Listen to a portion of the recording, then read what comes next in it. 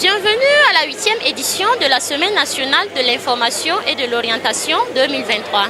Une affluence des grands jours, particulièrement dans le pavillon arc-en-ciel du CIAO.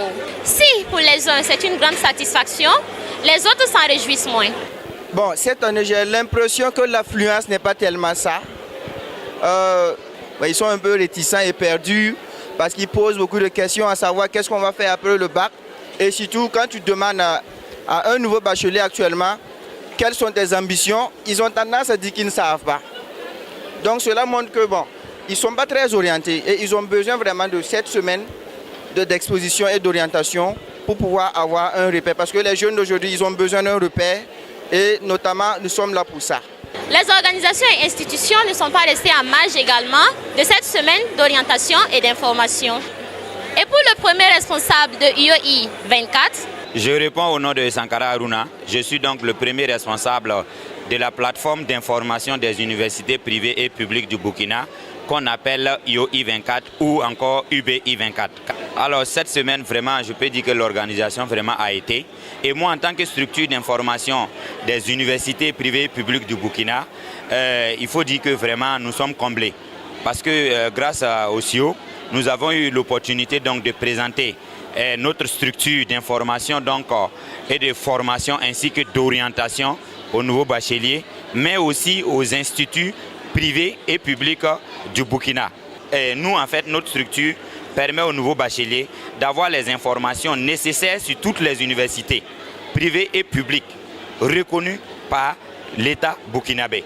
Et je profite de l'occasion quand même pour remercier quand même Building Capacity Institute qui m'a donc permis quand même de m'exprimer.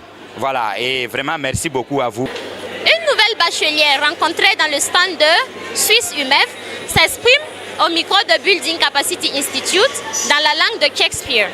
And I'm here to find which kind of studies I like to do in the future concerning English, finance and economics. Actually a really good environment to help people and students to find the study that they like to do in the future. Même ambiance dans le stand de Building Capacity Institute. Le résumé en images. Les nouveaux bacheliers sont sortis massivement encore en cette troisième journée pour le CIO 2023.